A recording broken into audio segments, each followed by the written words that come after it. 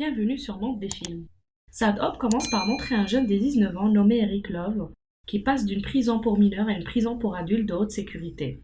En fonction de son âge et de ses antécédents de comportement violent, où son père, Neville, purge une peine de perpétuité dans cette prison aussi.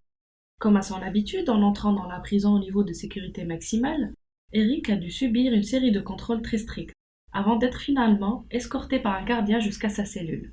Comme c'était la première fois qu'Eric était placé dans une prison pour adultes, le jeune homme semblait frustré et décida de rassembler certaines de ses affaires en une arme, d'autodéfense, car dans n'importe quelle prison, personne ne serait en mesure de garantir sa sécurité.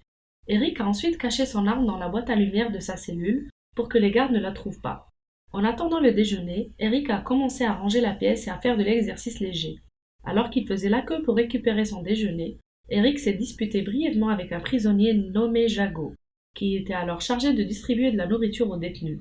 Après avoir récupéré ses rations de déjeuner, Eric regagna sa chambre. Après cela, Eric a rejoint les autres détenus qui s'étaient rassemblés dans l'enceinte de la prison. Là, Eric rencontre enfin son père, Neville, qui avertit le jeune homme de ne pas causer de problème en prison et d'obéir à toutes les règles afin qu'Eric puisse sortir de là au plus vite. Cependant, Eric a semblé ignorer les paroles de son père et a choisi de retourner dans sa cellule. Peu de temps après, un prisonnier nommé MacDonald a rendu visite à Eric, mais il a supposé que MacDonald avait l'intention de le blesser, alors Eric a battu l'homme sans connaissance. Après avoir su que MacDonald ne voulait rien de mal, Eric a précipité l'homme dans la salle médicale. Cependant, l'attaque a été immédiatement remarquée par les gardes qui ont immédiatement pris des mesures pour sécuriser Eric. Parce qu'Eric est un jeune homme assez dur et capable de se battre, les gardes ont eu du mal à faire face à Eric, jusqu'à ce que finalement, un homme du nom d'Oliver, un thérapeute bénévole de la prison, vienne sauver Eric et demande aux gardes de prendre immédiatement Eric à l'isolement. Oliver a ensuite persuadé le directeur et les autorités pénitentiaires d'autoriser Eric à assister à des séances de conseil qui se tenaient régulièrement à la prison. Après avoir obtenu la permission du directeur et d'autres autorités, Oliver a appelé Eric à essayer de le persuader de se joindre à sa séance de conseil. Les autorités ont ensuite expliqué les règles qu'Eric devrait suivre lors de la séance de conseil. Et si le jeune homme les violait, Eric serait immédiatement expulsé du groupe de thérapie d'Oliver et ne serait plus jamais autorisé à suivre un conseil. D'un autre côté, Neville, qui est le bras droit du chef du crime qui dirige la prison, Denis, essaie de demander la protection de son fils. Denis est prêt à protéger Eric tant que le jeune homme ne cause pas de problème aux prisonniers ou aux gardiens et qu'il respecte tous les règlements de la prison. Après cela, Neville visita personnellement la cellule d'Eric. Neville a alors demandé à son fils d'apprendre à se comporter et de suivre la règle de la prison afin qu'il puisse sortir. Neville avertit Eric de ne pas avoir d'ennui en particulier avec les gardes, car si Eric fait cela, le directeur ordonnera aux gardes de tuer Eric, déguisant sa mort en suicide, afin qu'il ne soit pas suspecté par le conseil de la prison. Eric a dit à son père qu'il garderait son attitude et obéirait aux paroles de son père, car en fait, le jeune homme voulait aller en prison parce qu'il voulait seulement rencontrer son père. Mais bien sûr, Eric disait juste ça pour que Neville ne parle pas de tout. Un jour, Eric entre accidentellement dans la cellule de détention de Jago, qui se trouve être ouverte. Eric a alors pris le briquet de Jago et l'a donné à MacDonald pour faire une farce à l'homme. Effectivement, Jago est immédiatement devenu furieux et obligé de fouiller les cellules des autres prisonniers afin de trouver son briquet préféré. Quand Eric vient à la séance de conseil d'Oliver, le jeune homme a de nouveau des ennuis. Alors les gardes sont obligés de ramener Eric dans sa cellule de détention. Réalisant qu'Eric était encore très jeune, ses émotions sont encore très instables, notamment parce que Neville est en prison, si bien qu'Eric a perdu une figure paternelle dans sa vie. Oliver comprend également les actes d'Eric qui gâchent souvent et causent des problèmes avec les autres prisonniers. Par conséquent, Oliver a demandé aux prisonniers qui se sont joints à sa séance de conseil de protéger Eric des autres prisonniers et des gardiens. Lorsque 3 détenus sont payés avec de la drogue par Jago pour tremper Eric dans ses toilettes, l'un des compagnons du groupe noir d'Oliver nommé Hassan intervient pour sauver Eric comme Oliver l'a demandé. Quand Eric était sur le point de riposter contre ses agresseurs, Hassan a immédiatement arrêté Eric et a dit que riposter ne ferait que mettre Eric dans une position encore plus difficile. Eric a semblé obéir aux paroles de Hassan et a choisi de se nettoyer. Après cet incident, Eric a commencé à assister fréquemment aux séances de conseil organisées par Oliver et s'est lié d'amitié avec d'autres prisonniers qui ont également assisté aux séances de conseil, dont la plupart étaient des Noirs qui ont un passé violent qu'ils essaient d'affronter.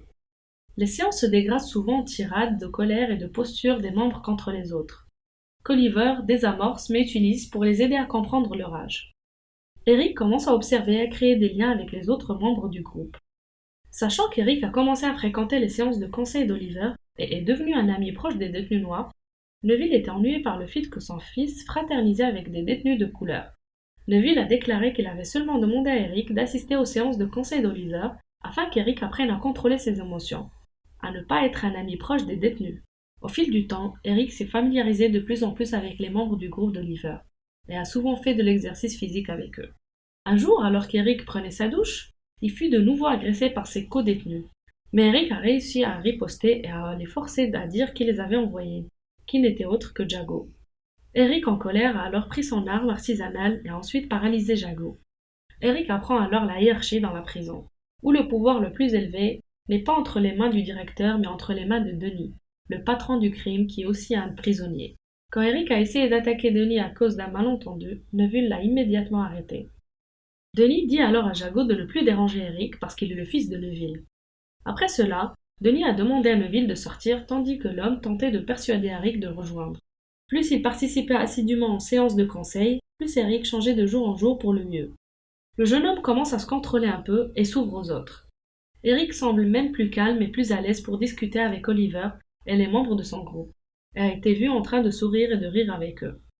Un jour, Neville, qui avait observé le progrès d'Eric alors qu'il assistait à une séance de conseil, l'homme a alors tenté de provoquer Eric en mentionnant l'une des choses les plus embarrassantes qu'il ait jamais faites. En entendant cela, l'un des membres du groupe a fait une blague qui a enfoncé Eric, et il est devenu furieux. Oliver et un membre du groupe, Tyrone, ont tenté de calmer Eric. Tyrone s'est plutôt heurté à eux, car l'homme ne pouvait pas non plus contenir ses émotions. Les tensions montent lorsque les membres du groupe commencent à s'attaquer, tandis qu'Oliver est impuissant à les séparer.